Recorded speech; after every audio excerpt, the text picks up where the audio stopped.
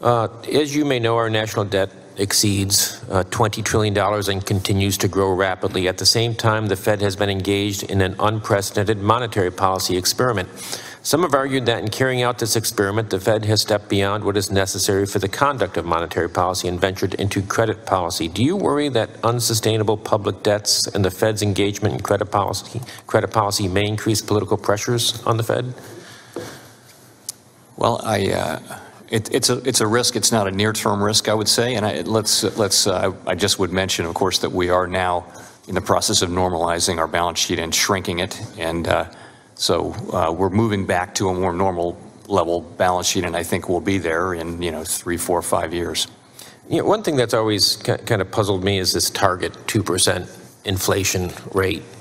Just as a layman and looking at this. And the suggestion seems like, that's benign. But, over 20 years, you mentioned about 20 years. If you have $100 20 years ago and you had 2% every year, the purchasing power for that $100 went down. Can you kind of educate us a little bit from your perspective about this 2% target? Sure. Because my count, $100 20 years ago at 2%, it might cost about $150 today.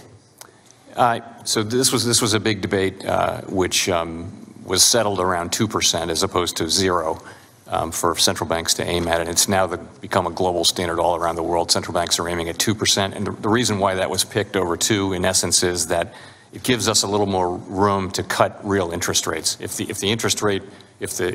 inflation is 0, then interest rates would be, in the sort of 1, 2, 3 range, and then when a recession comes, we would have very little to cut. So having 2% inflation kind of, we think, oils the wheels of the economy and gives central banks a little more ammunition. And it has now become the global standard, so it would be hard for any bank to diverge from it. You bet.